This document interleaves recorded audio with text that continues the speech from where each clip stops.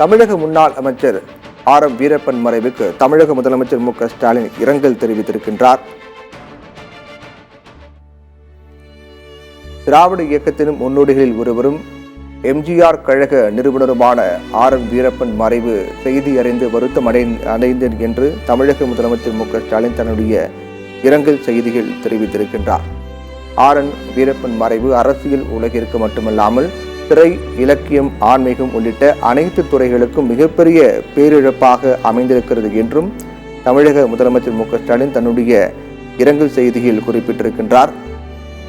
தமிழக முன்னாள் அமைச்சர் வீரப்பன் வயது முதிர்வு காரணமாக காலமானார். அவருடைய இழப்பு என்பது தமிழக அரசியலுக்கு ஒரு மிகப்பெரிய பேரிழப்பு என்று சொல்லப்படக்கூடிய நிலையில் தமிழக முதலமைச்சர் ஸ்டாலின் இது தொடர்பாக இரங்கல் செய்தி வெளியிட்டிருக்கிறார்.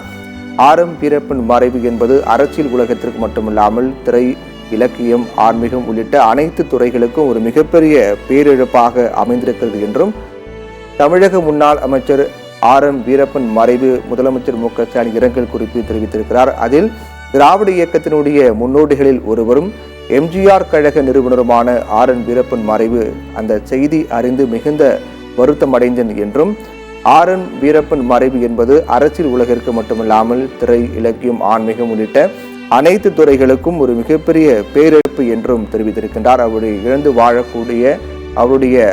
அவரை இழந்து தவிக்கக்கூடிய அவருடைய உறவுகளுக்கு தன்னுடைய ஆறுதலை தெரிவித்துக் கொள்வதாக பதிவிட்டிருக்கின்றார்.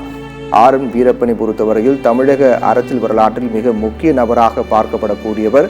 அவர் வயது முதிர்வு காரணமாக காலமானார். அவருடைய மறைவு அறிந்து மிகுந்த அதிர்ச்சி அடைந்தேன் என்றும் அவருடைய மறைவு செய்தி என்பது என்னை மிகவும் வருத்தமடைய செய்கிறது என்றும் தமிழக முதலமைச்சர் ஸ்டாலின் இது தொடர்பாக இரங்கல் செய்தி வெளியிட்டிருக்கிறார். அந்த இரங்கல் குறிப்பில் மறைவு என்பது அரசியல் உலகிற்கு மட்டுமல்லாமல் திரை, இலக்கியம், ஆன்மீகம் உள்ளிட்ட அனைத்து துறைகளுக்கும் ஒரு மிகப்பெரிய பேரிழப்பு என்றும் அரசியல், திரைத்துறை, தமிழ்துறை, ஆன்மீகம் என்று அனைத்து துறைகளிலும் சாதனை படைத்தவர் என்றும் முதலமைச்சர் ஸ்டாலின் அந்த இரங்கல் செய்தியில் தெரிவித்திருக்கிறார்.